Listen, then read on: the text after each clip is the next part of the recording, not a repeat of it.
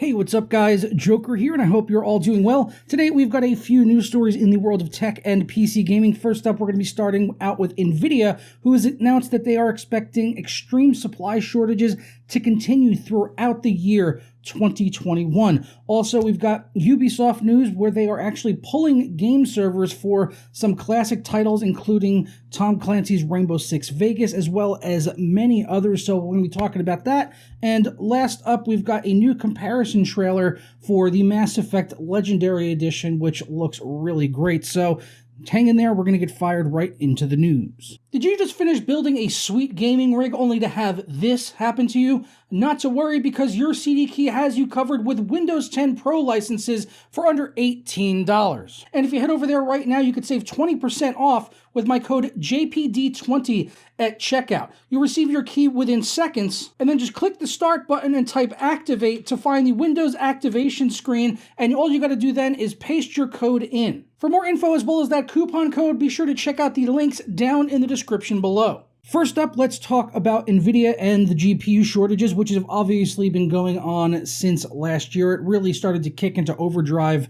with the launch of the 30 series. Up until that point, things were kind of okay. Even early on in the pandemic, it was relatively easy to find 20 series graphics cards. But since then, yeah, they've pretty much been nowhere to find, especially the new cards that are coming out, which really just begs the question as to why NVIDIA doesn't go back and really just start releasing more 20 series cards. Just put out some 2080 Ti's and 2080 Supers and stuff, and maybe those wouldn't be bought up as much by miners and scalpers, and obviously those cards are still going to be very, very strong, especially if they can offer them at comparable prices related to the performance on the 30 series. But that's neither here nor there, as NVIDIA made an announcement that the shortages are going to continue through the end of the year. So that's why I hope even more that they'll do something to address this. So yesterday, NVIDIA announced through their executive vice president and chief financial officer, Colette Kress, had this to say: overall demand is still very strong and continues to outpace supply. While our channel inventories are still quite tight, we expect demand to continue to outpace supply for much of this year. We believe we will have enough supply to support sequential growth beyond the first quarter. So there you have it. They expect to have enough supply for their sequential growth, whatever they're going to see, their increases from Q1 to Q2. But honestly, they really didn't have enough supply to support what they had in Q1. So I don't really know how much stock I would actually put in that phrase from Colette Kress from NVIDIA. Like I said, the supply shortages have been terrible ever since summer last year when the 30 series launched, throughout the holidays, and still now today. It's nearly impossible to find these graphics cards unless you're just sitting there waiting all day on different e-tailers and retailers, or you're using some type of script or algorithm to find you graphics cards for various different websites like the scalpers are using. Those are really the only ways to get hold of graphics cards here in the United States, as not enough e-tailers are using a queue system, which would solve so many issues if they would just allow people to sort of pre-order and get into a queue and then be able to track things like some e-tailers do over in the UK, like overclockers. My buddy got his RTX 3090 through them. It was an Asus card. And throughout the entire process, it was extremely simple.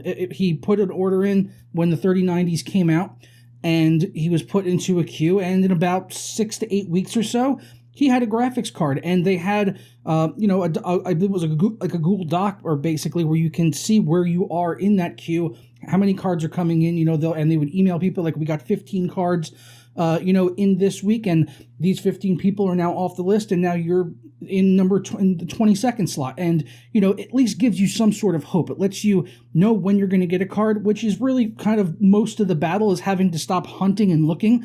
I would be happy to go and pay the price of a graphics card to get into a queue and just wait for my card. Even if it's 2 or 3 months, at least you know that it's coming, and you have a general idea of when you're going to get the card based on how quick things are coming in. So that's something I would love to see someone like Newegg implement. Best Buy, Micro Center, please take a cue from Overclockers UK, who throughout his process of getting the card and everything, and actually ended up having to do an RMA because of an issue with the Asus Strix cards, which was not related to Overclockers UK, but their communication and the back and forth and everything with people that had concerns or damaged cards or anything like that, or people in the queue, was, from what I saw, absolutely top notch. Like, I've never seen that. from a United States e-tailer for any type of product, let alone graphics cards and tech. So I would love to see them take a page out of Overclocker's book. That's all I've got, though, on the NVIDIA story. Just wanted to throw my 2 cents in on that one, and maybe what they can do to actually address these supply shortages and, just getting the cards into the hands of gamers that are willing to pay for them and wait for them if they can get into a queue.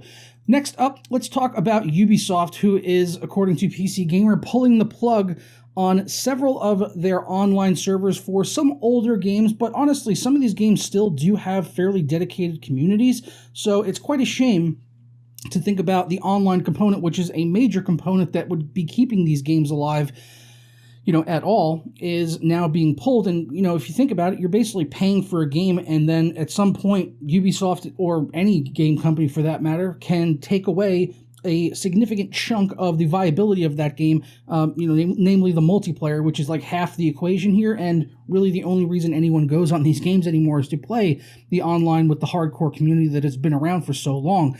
And the titles included in this are several Tom Clancy titles like Rainbow Six Vegas, Rainbow Six Vegas 2, Rainbow Six Lockdown, and Ghost Recon Future Soldier.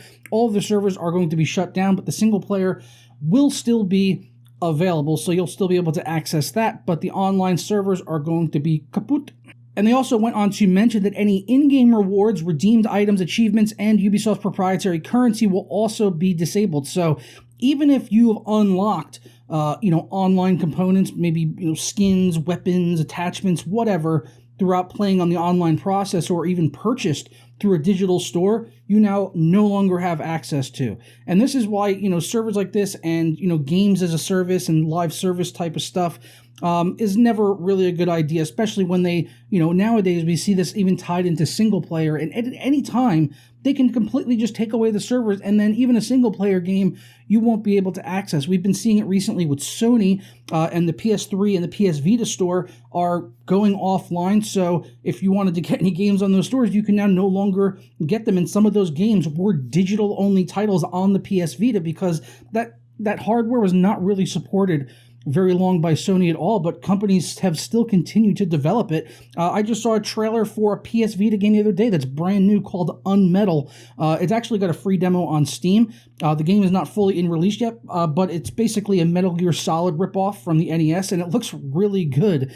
And yeah, the PS Vita is now gone, even though people won't be able to purchase the game really for it unless they go through some other means, but then they could get into issues with Sony, so who really knows, honestly? It might just only see its life on PC on Steam, even though they've been developing it for the Vita, which would still be a fantastic platform if Sony continued to support it. I had a PS Vita. It was great during the time that I used it. I just kind of stopped using it, though, because there wasn't really a lot of games coming out for it, and that was kind of a shame. So this is not limited to just Tom Clancy stuff. We've got some more titles here that were listed over on PC Gamer: Assassin's Creed 2, Prince of Persia: Forgotten Sands, Far Cry 2, Anno 1404, Might and Magic Clash of Heroes, Splinter Cell Conviction, Settler 7, and Might and Magic X Legacy. And right away, I could see two titles there that kind of stick out to me. Splinter Cell Conviction. That game, actually, I really enjoyed it. I don't think it was massively loved by the community because it was a bit of a change compared to the previous titles, which were super stealth heavy, and this one got a little bit more into sort of the action-y type fast-paced shooting. Even though you could still play it stealthily, it also rewarded you if you didn't, so that was kind of a problem there for the community, but I still enjoyed the game. It was a hell of a lot of fun, and it also had a good co-op component. It had a good co-op DLC with some extra levels. I enjoyed playing the co-op with my buddies, and now it seems like that's going to be completely gone.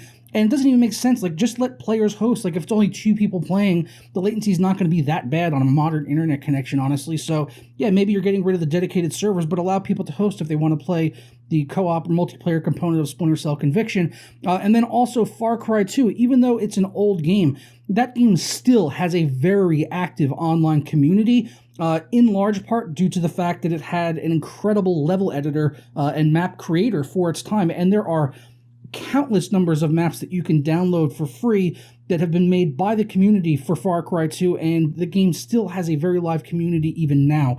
So I'm sure people are going to be disappointed about that. Just kind of a shitty thing that, it's basically because Ubisoft has decided they can't make money off of these games anymore. So they're going to go ahead and pull them because they're not putting out any microtransactions and DLC in these older titles, so they can't make money off of it, so why are they going to keep paying for servers? Well, Just figure something else out. You still have a community of people playing these games. Let them be able to rent servers. How about that? If people want to keep these games going, let them rent their own servers. Look at something like Battlefield 3, Bad Company 2. These games, when they came out, didn't really have dedicated servers. It was on the PC anyway. On the consoles, yes, but on the PC, it was all built on communities actually renting and running servers on their own, which I did for quite a number of years in my old clan, CMW. Shout outs to any old members if you're watching. So we used to, when games came out like Battlefield 3, until someone rented a server and launched it, you couldn't really play multiplayer on the PC. And that was fine because there were so many different gaming groups and clans that were willing to do that. My group was just one of them. And yeah, it was a great system, and that's why you can still go on Battlefield 3 to this day on the PC and find matches, and you will seemingly forever be able to do so as long as there is a community running those servers, because EA can't just pull the plug on it because it's not their servers. So do something like that if you're going to pull away the online component, which is, as I said, one of the only components that is keeping these games alive in any way whatsoever is the online. So it's just kind of sad to see, honestly. I don't really play these games anymore, but it's not outside of the realm of possibility they could pull the servers for something that I do enjoy playing. I mean, look at Rainbow Six Siege. Maybe in 10 years' time, they'll pull the servers for that, even though it's already been out for quite a while, like 5 or 6 years at this point, and it's still got a very active development team working on it, and they're making money, and so that's why they're still doing it, because they've continued to support it for over a long period of time. But, who's to say in 10 or 15 years we won't see those servers go away, and then the dedicated community that enjoyed Rainbow Six Siege is no more. So that's all I've got on that one. And last up, but certainly not least, I'm going to keep this one kind of quick because I went on a bit of a rant there with the Ubisoft pulling the plug on the titles. But I did just want to bring your guys' attention to a new trailer for the Mass Effect Legendary Edition, which looks really good. This is going to be a remaster of the entire original trilogy, and I'm most looking forward to playing the remaster of Mass Effect 1 because it's the only Mass Effect game outside of Andromeda, which just sucked ass. It's the only game other than Andromeda in the Mass Effect series that I did not finish, and it's because I didn't get into the game until Mass Effect 2, and I didn't enjoy playing Mass Effect 1 because of a lot of the user interface and HUD issues that were just very, very outdated, even just a few years after it had come out, and it just made it very cumbersome to kind of play the game. So the user interface stuff that they're bringing into Mass Effect 1 is going to be really exciting for me to get on there and play it, and the graphics are just another piece of the story, is that they look really good too on the Legendary Edition. It's not like a complete overhaul, like a complete remake, like we saw with, say, Mafia 1 and the definitive edition of that. That was a complete remake from the ground up. Obviously the story and everything were kept intact, and, most of the gameplay was kind of the same, but they also improved things like the driving and some of the aiming and stuff like that with the weapons, but also staying true to what the game was when it originally came out. It looked incredible. Loved it. This time around, this is sort of like somewhere between a remaster and a remake. It's because they are giving it quite a visual overhaul, but I wouldn't say that it looks like a 2021 game, but it still looks really, really good for what it is for a game that I believe is 10 years old at this point, maybe a little bit more. So yeah, I'm looking forward to playing the Mass Effect Legendary Edition, especially 1. I'm not sure if I'll get into playing 2 or 3 over again because I already played both of those twice, but definitely the first game I'll be playing. Picking up probably on the PC and maybe even on the PS5 as well. If, I don't know, might play it on there. Got to see how I feel though with the aiming on the controllers, which I'm not a huge fan of. But yeah, I'm definitely going to be picking this one up. Let me know down in the comments below if you guys are excited about the Mass Effect Legendary Edition and the graphics improvements they're bringing to it, UI stuff and all that. I'm going to go ahead and get out of here though, guys. I hope you enjoy the rest of your day. I'll see you guys in the comments, and I'll catch you next time.